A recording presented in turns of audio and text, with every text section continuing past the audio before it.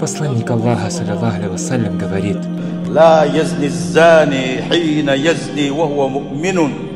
никто из мужчин и женщин не совершат грех прелюбодеяния, будучи из числа уверовавших в Аллаха, свят Он и возвышен.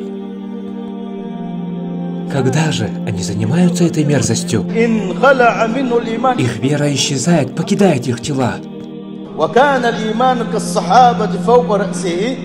И где же в этот момент находится их вера? Ее нет в их сердце. Она покинула их сердца, их тела, она исчезла. И с чем пророк, саллаллаху алейхи вассалям, сравнил это? Подобно сгустившейся перед дождем туче. Вера человека нависает над ним и возвращается по воле Аллаха лишь к тому, кому пожелает сам Аллах, и лишает навечно тех, на ком остановился его гнев, свят Он и возвышен. Так до чего же унизительно положение прелюбодеев, и да простит нас Аллах.